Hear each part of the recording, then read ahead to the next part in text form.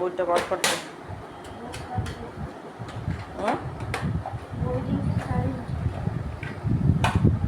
খাতাটা দে তো আমাকে, খাতাটা দে হাতে।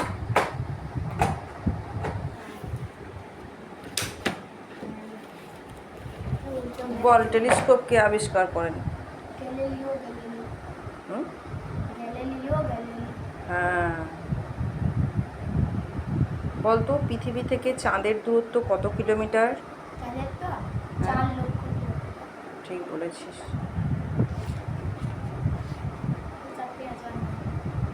তারপরে বল, সূর্যগ্রহণ খালি চোখে দেখা উচিত নয় কেন?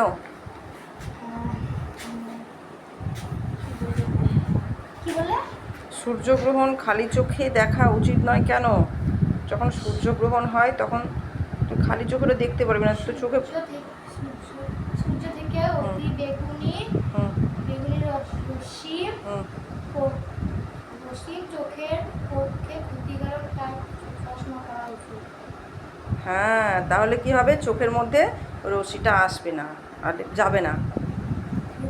হ্যাঁ, দৃষ্টিশক্তি নষ্ট হয়ে যায়, অন্ধ হয়ে যায় মানুষ, দৃষ্টিশক্তি নষ্ট হয়ে যায়। আগেরগুলো অল্প দেখে ধরে নিতে, আগেরগুলো বলবি। হ্যাঁ,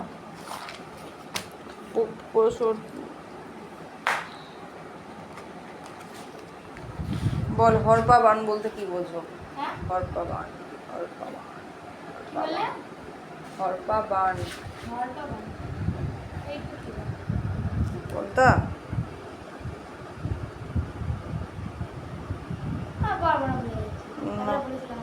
নদী যখন নুড়ি বালি পাথর জমে ভরাট হয়ে যায় তখন বল, বর্ষার বৃষ্টির জল।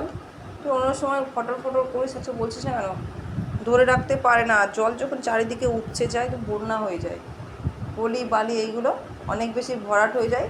তখন কি, যখন প্রচুর বৃষ্টি পড়ে, নদী যখন কি জল ধারণ করতে পারে না, জলটা ধরে রাখতে পারে না।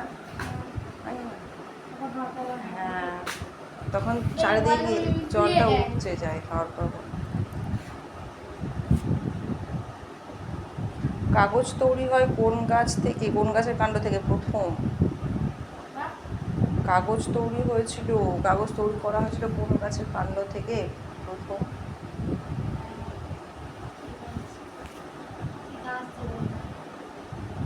প্যাপিরাস গাছ। বল, জল শোধন করতে কোন রাসায়নিক পদার্থ ব্যবহার করা হয়?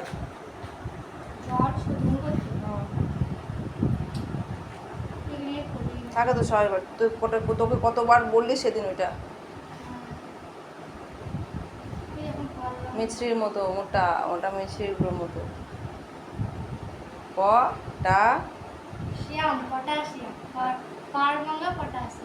Potassium permanganate. এটা কিসের জন্য ব্যবহার করা হয়?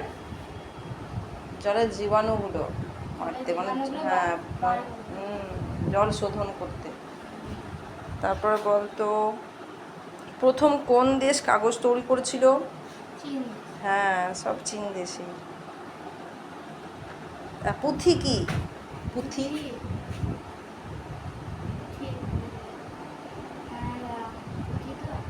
পুঁথি জিনিসটা কি? বল বল, মুখ খোল। মুখটা তো এখন বন্ধ করে আছে, অন্যদিন ফটো ফটো করিস। তাল পাতায় প্রথম লেখা হতো না ওটাই পুঁথি। ভালোভাবে বল। হ্যাঁ। মাটি কয় প্রকার ও কি কি বল? হ্যাঁ, বল তাড়াতাড়ি বল।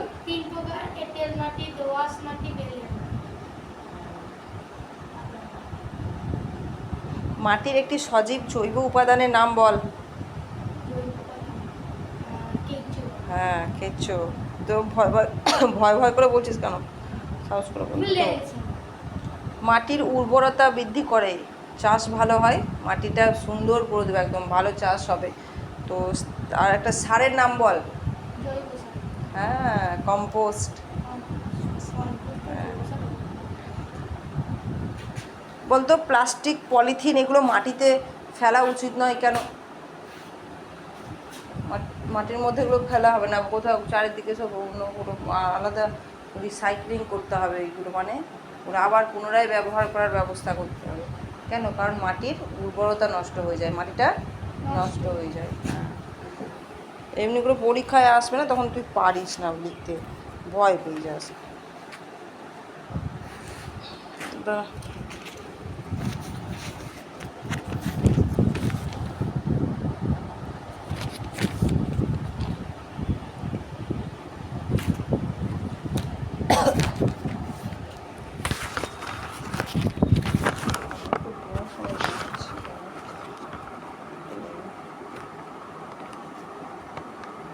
বল, প্রথমগুলো হেঁটে যাচ্ছি। হ্যাঁ, বল তো, পশ্চিমবঙ্গের কোন জেলায় কাঞ্চনজঙ্ঘা পর্বত দেখা যায়? কোন জেলায় এটা পশ্চিমবঙ্গে?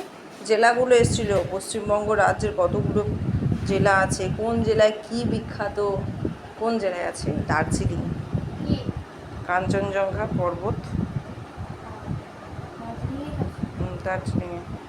আর কুলিক পাখিরালয় পশ্চিমবঙ্গের কোন জেলায় অবস্থিত বলতো? কি বললে?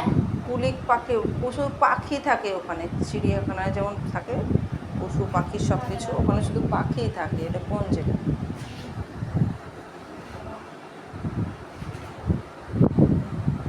উত্তর দিনাজপুর। হ্যাঁ, উত্তর দিনাজপুর। রায়গঞ্জ, এগুলো পড়িস না বাড়িতে?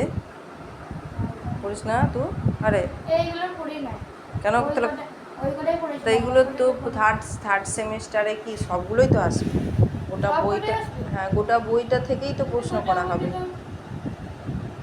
গোটা বইটা থেকেই গোটা বইটা থেকেই প্রশ্ন করা হবে। তাহলে তোকে পিছনের পড়াগুলো পড়তে হবে, পড়তে হবে তো। বল, বীরভূম জেলার সদর শহরের নাম কি? তুই তো সদর শহরেই থাকিস।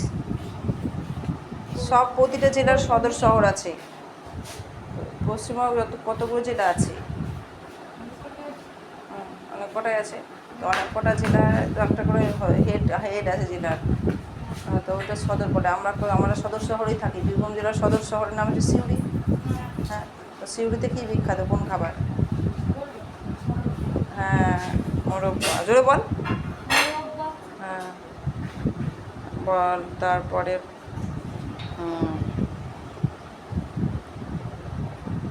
অরণ্যের প্রবেশদ্বার, অরণ্যের প্রবেশদ্বার বক্সা আছে না, বক্সা অরণ্য, ওটা কোন জেলায় আছে? এরকম উল্টিয়ে প্রশ্ন আসবে। ওটা কোন জেলায় আছে? আলিপুরদুয়ার। মদনমোহন মন্দির পশ্চিমবঙ্গের কোন জেলায় আছে? মদনমোহন মন্দির পশ্চিমবঙ্গের কোন জেলায় আছে?